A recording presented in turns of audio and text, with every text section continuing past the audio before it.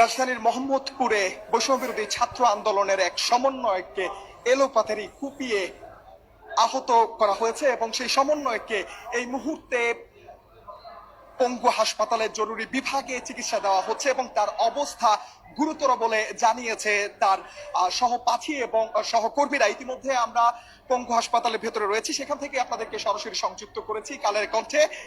এবং এই মুহূর্তের যে চিত্র, সেখানে সেই আহত সমন্বয়কে জরুরি সেবা দেওয়া হচ্ছে এবং সেখানে ইতিমধ্যে ইব্রাহিম নামের যে সমন্বয়ক আহত হয়েছে তার যারা সহপাঠী এবং সহকর্মী এবং বন্ধু যারা রয়েছেন তারা ইতিমধ্যে হাসপাতালে এসে উপস্থিত হয়েছেন এবং তাকে শুরুতে রাজধানীর সরওয়ার্দী হাসপাতালে নিয়ে যাওয়া হলে সেখান থেকে ডাক্তাররা তাকে জরুরি বিভাগ থেকে রাজধানীর পঙ্গু হাসপাতালে তারা রেফার করে এবং সেখানে ইতিমধ্যে সেই সমন্বয়ক ভর্তি রয়েছেন।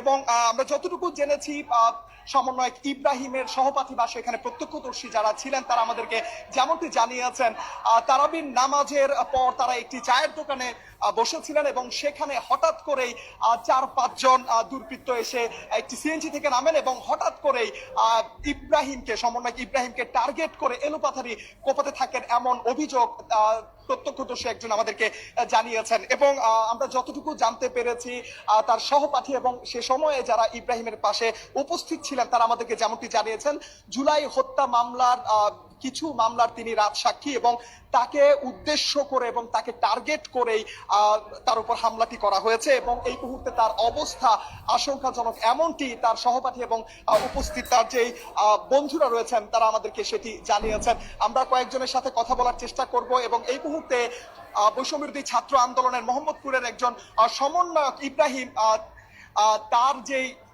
সহকর্মী যারা রয়েছেন এবং প্রত্যক্ষদর্শী রয়েছেন তার সাথে আমরা একটু কথা বলার চেষ্টা করব। আমাদের সাথে একজন প্রত্যক্ষদর্শী রয়েছেন, আমরা তার সাথে এই মুহূর্তে কথা বলবো।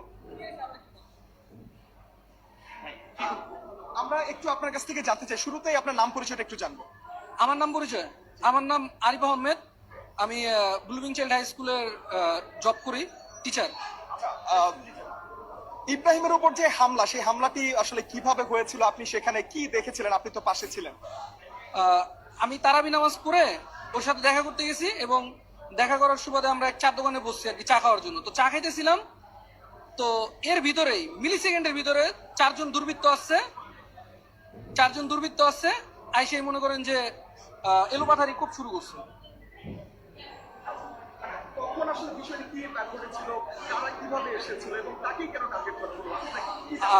আসলে বিষয়টা হলো কি যে ও হলো জুলাই হত্যা মামলার সাক্ষী আর কি, বুঝতে পারছেন?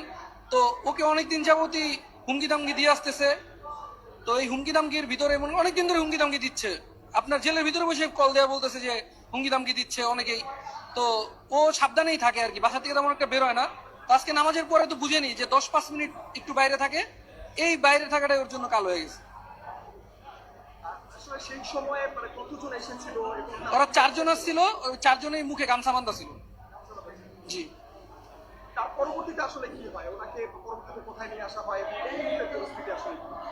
তারপর যখন আমাদের উপর যখন হামলা করা হয় তখন আমরা সবাই ওই 4 দোকানে যে আমরা 2 জন বাদে বাকি যারা ছিলাম সবাই একসাথে বের হয়ে গেছি দৌড় দিয়ে।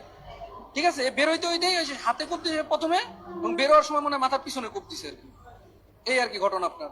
তো আমরা যখন বের হয়ে গেছি তো এক একজন এক এক জায়গায়, তারপরে আমরা সবাই আসছি সরদিতে খুঁজে পাইনি। পরে আমরা জানতে পারছি পঙ্গুতে আছে, পরে আমরা পঙ্গুতে চলে আসছি, এখন ওর প্রাথমিক চিকিৎসা চলতেছে।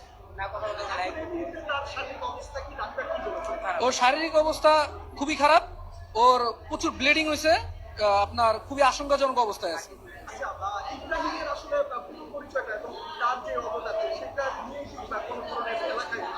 জি, চলে আসে ভাই।